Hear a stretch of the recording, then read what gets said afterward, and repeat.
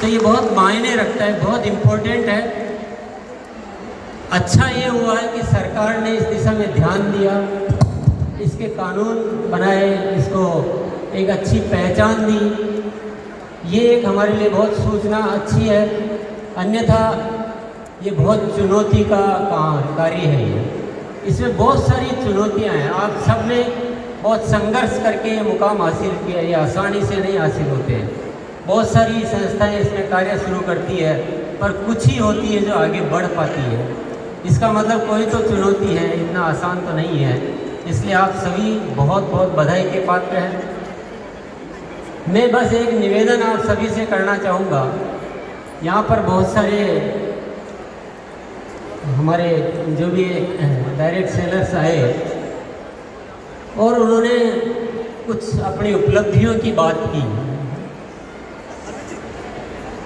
कि मैंने ये इसमें हासिल किया।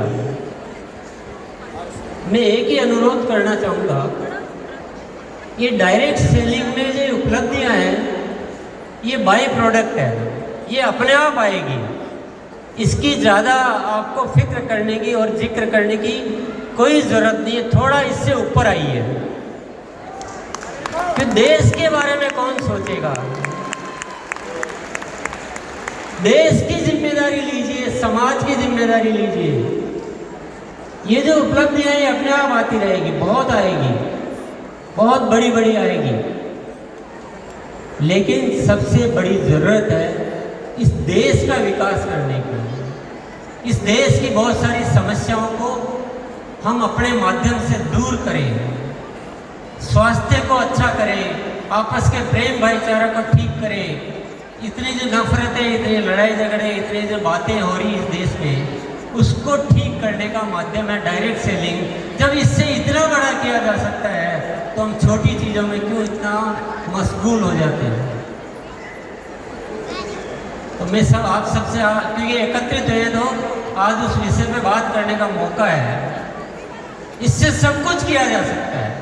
इससे शिक्षा को सुधारा जा सकता है, जीवन मूल्यों को सुधारा जा सकता है, आपस में प्रेम भाईचारा पैदा किया जा सकता है, मानसिक तौर पे हम मजबूत हो सकते हैं, हम खुशियाँ बढ़ा सकते हैं, जीवन से दुखों को दूर कर सकते हैं। जब सब कुछ कर सकते हैं तो व्यक्तिगत स्वार्थ छोड़ के अगर देश हित में हम काम करें और सब मिलजुल के करें, हमारे आपस में कोई प्रतिस्पर्धा नहीं होनी चाहिए।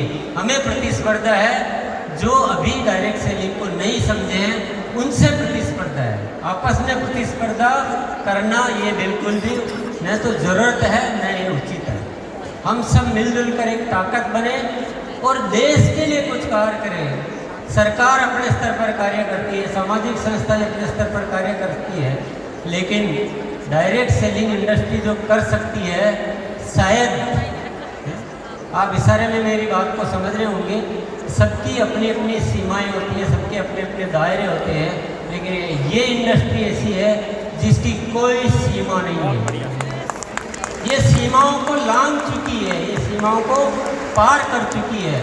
हमें ऐसा करके दिखाना है, ऐसा करके दिखाना है कि सरकार भी ये मानने के लिए मजबूर हो जाए कि देश के विकास में डायरेक्ट सेलिंग इंडस्ट्री का सबसे महत्वपूर्ण रोल होता है।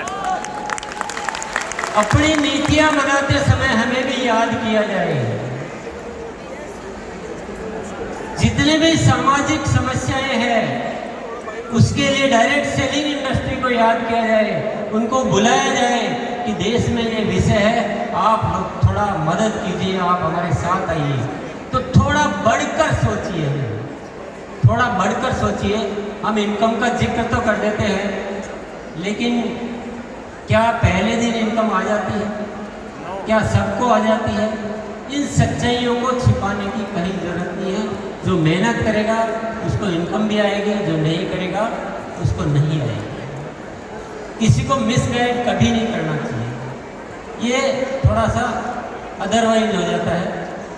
और जब हम सामूहिक तौर पे कोई कार्यक्रम करें तो प्लीज़ ये जिक्र तो नहीं किया जाए तो अच्छा है। ये हमारी भी कोई वैल्यूज होनी चाहिए, डायरेक्ट सेलिंग इंडस्ट्री भी की कोई वैल्यूज होनी चाहिए। इनकम अपना पर्सनल आपकी मीटिंग सेमिनार होती है, तब हम जिक्र करें, बहुत अच्छी बात है।